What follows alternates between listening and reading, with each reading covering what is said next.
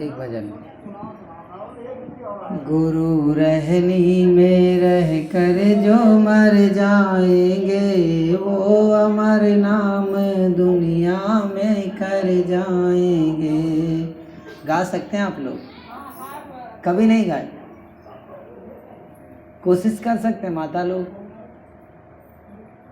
भाई गाना मतलब कोशिश करना चाहिए। हम जब आपस में कुछ हो जाता है ना, तो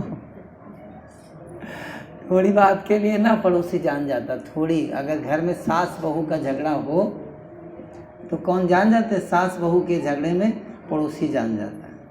अब पड़ोसी के झगड़े में पूरा गांव जान जाता है। ज़्यादा तो नहीं जान जाता है। सास बहू के झगड़े में पड़ोसी जान जाता है, और पड़ोसी के झगड़े में गांव जान जाता है, और गांव के झगड़े में पूरा क्षेत्र जान जाता है। जान जाता ना। और अगर कहीं पूरनपुर में झगड़ा हो जाए ना, तो पूरा जिला जान जाता है। और अगर जिले पर बात पहुंच गई ना, तो पूरा जो है ना, पूरे इंडिया में मीडिया वाले लगे हुए जगह जगह, है ना। और हम जब कहीं भजन होता है, सुमिरन होता है, कुछ सत्संग होता है, तो हम बिल्कुल मतलब मौन हो जाते हैं।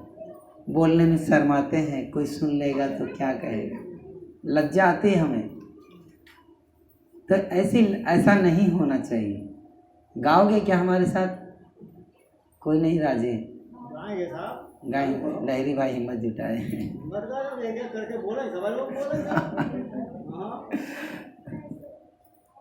गुरु रहनी में रह कर जो मर जाएंगे, गुरु रहनी में वो अमर नाम दुनिया में कर जाएंगे, वो अमर नाम दुनिया में कर जाएंगे। गुरु रहनी में रह कर जो मर जाएंगे, वो अमर नाम दुनिया में कर जाएंगे। ये न पूछो कि मर कर किधर जाएंगे, ये न पूछो, ये न पूछो कि मर कर किधर जाएंगे, ये न पूछो कि गे वो तो जैसा का तैसा ही रह जाएंगे, वो तो जैसा ही रह जाएंगे। गुरु रहनी में रह कर जो मर जाएंगे, गुरु रहनी जो मर जाएंगे, वो अमर नाम दुनिया में।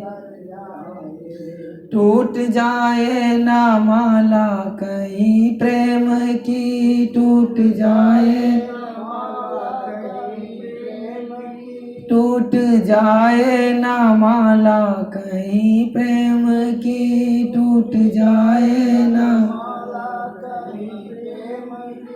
कीमती ये रतन सब बिखर जाएंगे, कीमती ये रतन जाएंगे। गुरु रहनी में रह कर जो मर जाएंगे, गुरु रहनी मर जाएंगे, वो अमर नाम दुनिया में कर जाएंगे, वो अमर में कर जाएंगे। पाप कर्मों से जोड़ा है धन धाम को, पाप कर्मों से जोड़ा, पाप कर्मों से जोड़ा है धन धाम को, पाप कर्मों से जोड़ा। जो किया ना भजन खाली रह जाएंगे, जो किया ना भजन रह जाएंगे। गुरु रहनी में रह कर जो मर जाएंगे, गुरु रहनी में रह कर जो मर जाएंगे, वो अमर नाम दुनिया में कर जाएंगे, वो अमर नाम दुनिया में। कोई मानो ना मानो खुशी आपकी, कोई मानो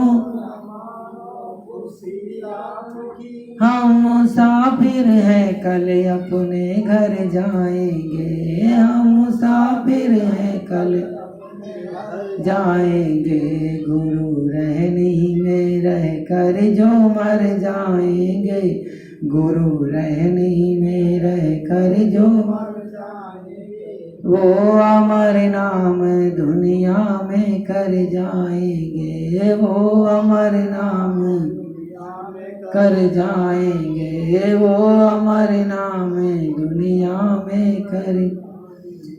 ये संत कहते पुकारे ये सबसे सुनो, संत कहते ये सबसे सुनो, जो भजे नाम को मुक्त हो जाएंगे, जो भजे नाम को मुक्त हो जाएंगे, गुरु रहनी में रह कर जो मर जाएंगे, गुरु रहनी में रह कर जो मर जाएंगे, वो अमर नाम दुनिया में कर जाएंगे, वो अमर नाम दुनिया में। बोले सद्गुरु भगवान की। इस दुनिया में गुरु का पद बड़ा ही श्रेष्ठ पद होता है, और जिसने गुरु रूपी नाव पर बैठ लिया उसका बेड़ा पार हो गया। गुरु सही देखा जाए हमारा जीवन विकारों में, काम क्रोध लोभ में जब बीतता है, और जब हम गुरु की शरण में चले जाते हैं तभी से हमारा जीवन शुरू हो जाता है। एक होता है जन्म और एक होता है जन्म लेने के बाद जीवन शुरू होता है, और एक गुरु के शरण में जाने के बाद में जीवन शुरू होता है। लेकिन हम गुरु की शरण को जानते हैं कि बहुत लोग ऐसे हैं कि जीवन में गुरु कर लिए और थोड़ी सी प्रतिकूलता आई, थोड़ी सी पीड़ा हुई, एक अगर घर में भैंस पाल रखे हैं अगर बीमार पड़ गई या पैड़ा मर गया तो कहें गुरु जी की कृपा नहीं हुई।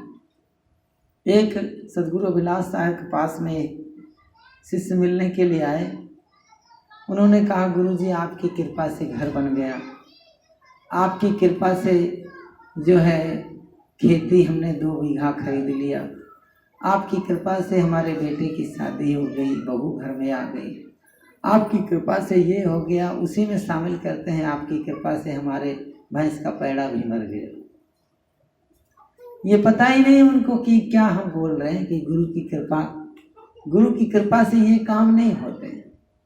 गुरु की कृपा से काम होते हैं, अपने मन और अपने जीवन के दोष दूर होते हैं। गुरु एक इशारा होता है, गुरु एक सहारा होता है, गुरु एक भाव होता है, गुरु एक स्वभाव होता है, गुरु एक जीवन होता है जो जीवन बनाने के लिए शिष्य के जीवन को उभार देता है। साहेब बैठ जाइए महाराज, आराम से। गुरु अपने इस जीवन रूपी बेड़ा को डूबने से बचा लेता है। ये जीवन की नौका जो है, साहब कबीर ने कहा है एक जगह पर कि कुछ लेना न देना मगन रहना, गहरी नदियाँ नाव पुरानी केवटिया से मिले रहना।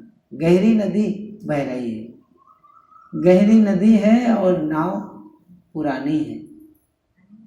नदी गहरी है, नदी गहरी हो और नाव पुरानी हो तो क्या हो सकता है? डूबने की संभावना हो सकती है। जर्जर नाव है, पता नहीं कहाँ डूब जाए। तो इसलिए गुरु कहते हैं केवटिया से मिले रहना, पार करने वाले केवट से मिले रहना। और जो केवट से मिल लेता है वो पार हो जाता है। कितनी भी जर्जर नाव हो,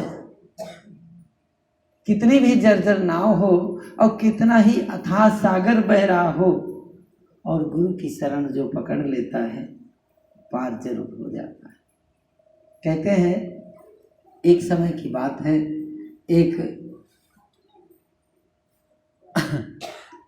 एक समय की बात है, एक नाव जो है, नाव का काम होता है इस छोर से उस छोर तक जाना, यात्रियों को इस छोर से उस छोर पर छोड़ना। तो क्या हुआ कि नाव चलती है, अपनी यात्रा प्रारंभ करती है, उस पर सवार होते हैं, सवारी बैठी हुई होती है, बहुत से लोग बैठे होते हैं और चलती है नाव। और जब नाव चलती है और चलने के बाद में उधर से क्या होता है कि जब वो बीचों बीच धारा में पहुंचती है, नाव बीचों बीच धार में, जो ही बीचों बीच धार में नाव पहुंचती है, तब तक एक बेडौल लकड़ी बहती हुई आती है और नाव से टकरा जाती है। लकड़ी आती हुई बहती हुई आती है और नाव से टकरा जाती है, और जो ही टकराती है तो जो लकड़ी बहती हुई आ रही थी उसको बहुत गुस्सा आया और जोर से डांट के कहती है नाव से कि पागल, तुझे दिखाई नहीं देता है, मैं अपने बीच धारा में बहते हुई आ रही हूं और तूने मेरा रास्ता काट दिया, ठोकर मार दिया मुझे। तो कहा, हाँ, नाव ने कहा, हाँ बहन, गलती हो गई, नहीं देख पाई, लेकिन आपको भी तो देख करके चलना चाहिए। देखो हमारे साथ में कितने लोग, हम जा रहे हैं, हमारे साथ कितने लोग हैं, तुम तो अकेली ही जा रही हो, तुम अकेली जा रही हो, तब तुम नहीं देख पाई, और हमारे साथ में कितने लोग हैं। जब सर उठा करके उस बेडौल लकड़ी ने देखा कि अरे इतने लोग, अरे मैं तो बीच धारा में बही जा रही हूँ, नदी मतलब पानी के साथ बही जा रही हूँ, और ये देखो पार, नदी को पार कर रही है, इतने लोगों को लेकर के पार कर रही है। ये कौन सी युक्ति है? मैं अपने आप को संभाल नहीं पाती हूँ, देखो पानी के साथ बही जा रही हूँ, और इसके पास कौन सी विशेषता आ गई, इसके पास कौन सी कला आ गई। अंतर कोई नहीं है, जैसा मेरा रंग है उस वैसा ही इसका भी रंग है, जैसा मेरा स्वरूप है वैसा ही इसका स्वरूप है। हमारे दोनों के स्वरूप में कोई अंतर नहीं है, कोई भिन्नता नहीं है, लेकिन इसके पास कौन सी चीज़ मिल गई जो धारा के विपरीत, धारा के अपोजिट चल रही है और इतने लोगों को लेके चल रही है। उस लकड़ी का अहंकार टूट गया, झुक गया, कहा, अरे बहन, तुम इतने लोगों को लेकर के कैसे जा रही हो? कौन सा राज है तुम्हारे पास? क्या तुमने पा लिया जीवन में जो इतने, कौन सा रहस्य जान लिया? तो नाव कहती है, बहन, हमने उस रहस्य को, मैंने रहस्य कुछ नहीं जाना, मैंने जाना है सिर्फ मैंने केवट का साथ किया, केवट का, मात्र केवट का साथ करने से, मात्र केवट का साथ करने से हमें तैरना आ गया। हम भी तुम्हारे जैसी थी, हमें तैरना आ गया। पहले धारा के साथ बहती थी, लेकिन जब से हमें केवट का सहारा मिल गया, केवट का साथ मिल गया, केवट का संग मिल गया, केवट का संयोग मिल गया, तब से हम तो पार ही हो रहे हैं। हम तो पार होते ही हैं और लोगों को भी पार करने में सहायक होते हैं। जिसको गुरु मिल जाता है, कहते हैं जब दर्शन को दिल चाहिए तब दर्पण मांजत रहिए।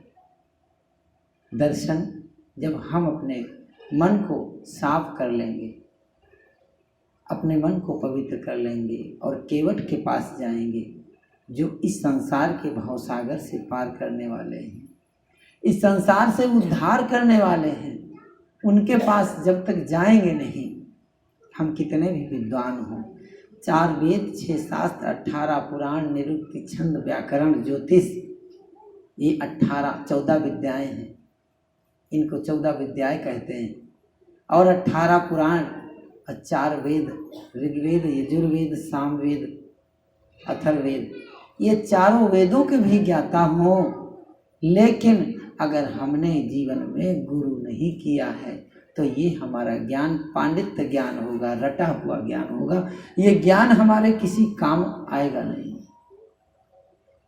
ये ज्ञान थोथा ज्ञान होगा, अनुभव युक्त ज्ञान नहीं होगा। और अनुभव युक्त ज्ञान ही हमारे जीवन के लिए सार्थक हो सकता है।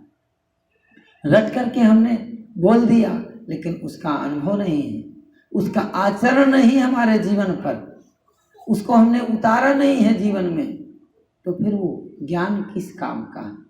तो संत गुरुजन समझाते हैं कि हमें गुरु के पास में, गुरु से कर मेल गंवारा, क्या सोचत बारंबार।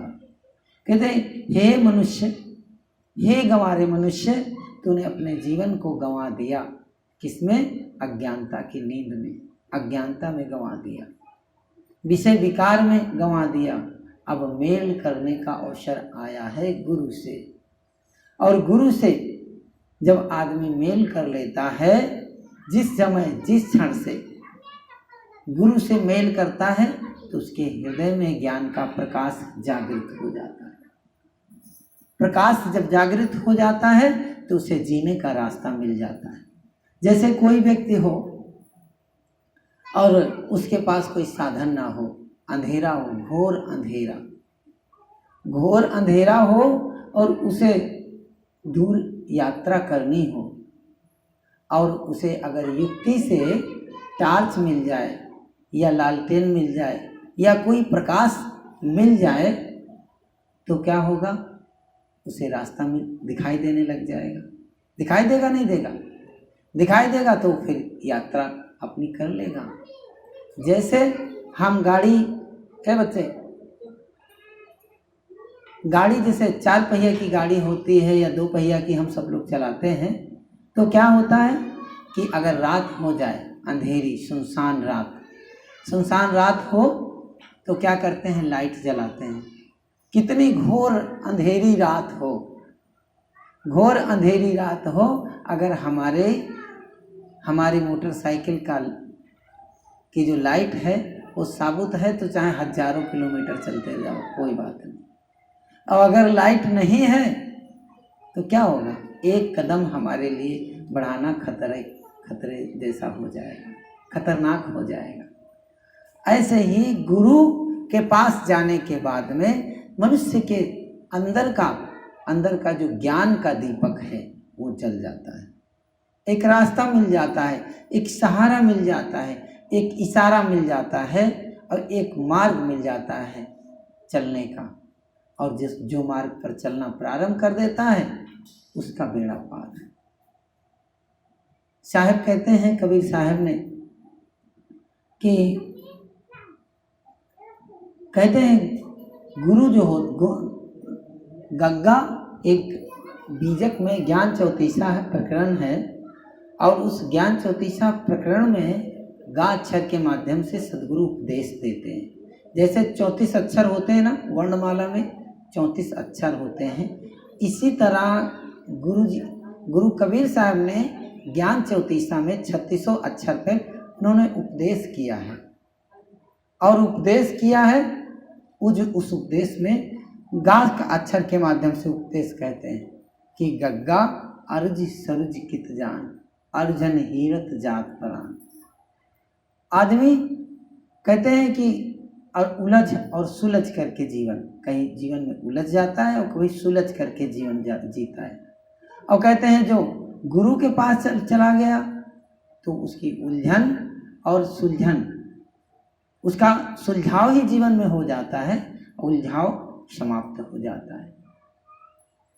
तो हमें जीवन में क्या करना है कि गुरु का मार्ग अपना करके, गुरु का रास्ता अपना करके, गुरु की दिशा निर्देश पर चल करके हमें जीवन का बेड़ा पार करना है। एक कहानी कहूँगा, उसके बाद विराम लूँगा अपनी वाणी को। क्या हुआ कि एक समय की बात है, एक राजकुमारी अपने महल के ऊपर में श्रृंगार कर रही थी। अब राजे महाराजाओं का समय, उनके पास सोने चांदी के चमकीली सुंदर वस्तुओं की किस चीज़ की कमी। तो हुआ ये कि जो राजकुमारी श्रृंगार कर रही थी, तो श्रृंगार कर रही थी तो अपना हार खूंटी में टांग दिया। छत के ऊपर श्रृंगार कर रही थी, खूंटी में टांग दिया। और जब खूंटी में टांग दिया और टांगने के बाद में जब टांग दिया तो ऊपर चील उड़ रही थी। उड़ती हुई चील को भ्रम हो गया सांप का कि हो ना हो ये सांप हो, और उसके सांप तो चील का आहार होता है, भोजन होता है। और ऐसा समझ करके चील ने क्या किया कि जो है उसको ऊपर से झपट के चोंच में दबा दिया और चोंच में दबा के ऊपर उड़ गई। जब उड़ गई तो चोंच में दबाया तो उसे लगा कड़ा सा, लगा उसे सांप नहीं लगा, कोई वस्तु लगी कड़ी सी। तो उसने सोचा कि कोई चीज़ है, उसने छोड़ दिया। और छोड़ दिया तो एक तालाब था, तालाब के किनारे एक बरगद का पेड़ था और पेड़ लगा हुआ था। पेड़ पर वो गिर गया हार जब गिर गया तो उधर से एक युवक गुजरा रास्ते से। तो दोपहर का समय था और सरोवर साफ जल था, तालाब का, सरोवर का। तो उसकी परछाई दिखाई दे रही थी। परछाई दिखाई दे रही थी तो परछाई को देख करके उस युवक को भ्रम हो गया कि यार ये तो तालाब में पड़ा हुआ है, इसको निकाल लेना चाहिए, काम आ जाएगा। हार, इतना कीमती हार। उस कीमती हार को उसने क्या किया कि उसमें तालाब में, सरोवर में कूद गया। सरोवर में कूद गया, ढूंढने लगा, बहुत मेहनत किया, बहुत कोशिश किया। और कोशिश करके जब थक हार गया फिर बाहर निकल के बैठ गया। फिर पानी स्थिर हुआ, फिर चमकने लगा। वो चमकने लगा, फिर जब चमकने लगा तो फिर कूद गया। फिर ढूंढने का प्रयास किया लेकिन नहीं मिला। जब नहीं मिला तो फिर निकल करके बाहर आया। थक गया, थोड़ा सुस्ताया, उसके बाद फिर चमकने लगा। अब देखता है हार की तरफ मिल भी नहीं रहा हार, और लालच भी आ रहा, देख करके मन में लोभ भी जागृत हो रहा, मिल भी जाए, हाथ भी नहीं लग रहा। बार बार कूद रहा, अंदर जा रहा, बाहर आ रहा, बहुत परेशान हो गया। उसके बाद एक दूर संत ध्यान कर रहे थे, उन्हें युवक दिखाई पड़ गया। दया आ गई उस संत को, उस युवक पर। जब युवक पर दया आ गई तो उन्होंने क्या किया, पास में गए, कहे क्या बात है बेटा, क्यों परेशान हो। तो बोलने, इतनी मेहनत कर चुका था तो बोलने की क्षमता नहीं थी। इशारा किया तालाब में, चाहिए इशारा किया, वो चाहिए। तो वो चाहिए तो वो कैसे मिलेगा। तो गुरु ने कहा, संत ने कहा कि तू जहां ढूंढ रहा है वो वहां नहीं है, जहां तुम ढूंढ रहे हो वहां नहीं है। वो कहाँ है, वो ऊपर टंगा हुआ है, वो ऊपर पेड़ की चोटी में टंगा हुआ। तुझे तो उसकी परछाई दिखाई दे रही है। अब तुझे ऊपर चढ़ना पड़ेगा, तभी वो हार मिलेगा। साहब कबीर कहते हैं कि फफा फल लागे बड़ दूरी, चाखे सतगुर देई न तूरी। फाक्षर के माध्यम से ज्ञान देते हैं गुरु। कहते हैं फल लगा है, कौन सा, मुक्ति का, मोक्ष का, कल्याण का फल लगा हुआ है, लेकिन गुरु तोड़ के नहीं देंगे। उन्होंने तो फल को खा लिया है, अनुभव कर लिया है फल का स्वाद। लेकिन अगर आपको फल खाना है तो क्या करना पड़ेगा, चढ़ना पड़ेगा। चढ़ाई क्या है, जीवन में साधना करनी पड़ेगी। और साधना करोगे, भजन करोगे, तभी वो फल प्राप्त होगा। और जब फल को प्राप्त कर लोगे तो कबीर साहब कहते हैं, पूर्व भया फिर क्यों तोले। गूंगा, जैसे गूंगा को गुड़ के समान कहा जाता है। गूंगा गुड़ को खा लेता लेकिन उस स्वाद का बखान नहीं कर सकता। एक कहानी चुटकुला कहूँगा, आप वाणी को विराम दूंगा। क्या हुआ कि दो अंधे थे, एक को दिखाई, अंधे नहीं थे, एक को दिखाई देता था, एक को दिखाई नहीं देता था। दिखाई नहीं देता था और जो बच्चों शांत, एक को दिखाई देता था और एक को नहीं दिखाई देता था। तो दिखाई नहीं देता था और जिसको नहीं दिखाई देता था उसको कहा, दोनों में से दो भाई थे तो एक को दिखाई देता था, एक को नहीं दिखाई देता था। तो जिसको नहीं दिखाई देता था उससे कहा कि भाई ऐसा करो, तुम अभी यहीं बैठो और मैं जा रहा हूँ, भिक्षाटन भीख मांग करके लाता हूँ और फिर दोनों लोग खाएंगे आराम से। अब क्या हुआ ये कि जो जिसको दिखाई देता था वो भीख मांगने चला गया। जब भीख मांगने चला गया और जिसको नहीं दिखाई देता था, तो कोई माता जो है जा रही थी भोजन लेकर के खेत पर, उसने पकवान बनाया था और पकवान बनाया था तो पकवान बनाया था तो जो है कहा कि ये नेत्रहीन है, भूखा होगा, इसको हमें दे देना चाहिए। तो जो अंधा था उसको दिखाई तो देता था लेकिन उतना नहीं दिखा, हल्का हल्का दिखाई देता था। तो उसने क्या किया कि माता ने दे दिया खीर को, तो खीर को खाया तो बड़ा स्वाद आया, बड़ा अच्छा लगा, बहुत बढ़िया लगा, बहुत ही बढ़िया लगा। तो वो लौट करके, जब लौट करके वो आया, आने के बाद में कहा कि भाई आज एक माता हमको खाने के लिए दे गई थी कुछ। कहा क्या दे गई थी? कहे सफ़ेद सफ़ेद था। कहे सफ़ेद सफ़ेद क्या था? कहे सफ़ेद सफ़ेद हमको लग रहा था लेकिन ये पता नहीं है कि वो क्या था।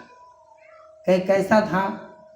तो उसने सोचा ऐसा नहीं तो कोई मांसाहारी रहा हो, कोई ऐसी चीज़ तो नहीं दे गया। कहे ऐसा तो नहीं। उसने हाथ का घुमाया, कहा ऐसे घुमाया हाथ को, कहा बगुला तो नहीं था, टेढ़ा था? कहे नहीं टेढ़ा नहीं था। कहे जैसे ये हाथ मेरा टेढ़ा, ऐसा तो नहीं था? तो हाँ ऐसा तो टेढ़ा नहीं था। और नाना प्रकार का वो बता रहा था कि ऐसा था, वैसा था, वैसा था, लेकिन उसके भाई का मन वहाँ नहीं जा पा रहा था कि क्या था। तो कई बार समझाने पर उसे लगा कि खाने में, अब मीठे का उसे कभी गुणगान, स्वाद नहीं जानता था कि भाई मीठा। तो बहुत देर के बाद में उसकी समझ में आई वो खीर नहीं थी, खीर तो नहीं थी। हाँ भैया ऐसा लगता है खीर ही रही।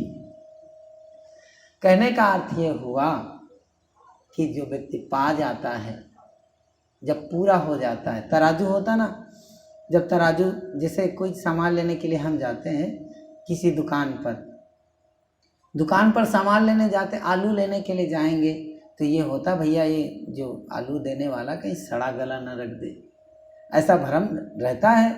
अब भाई पैसा लगाएंगे तो हम सड़ा गला क्यों लें?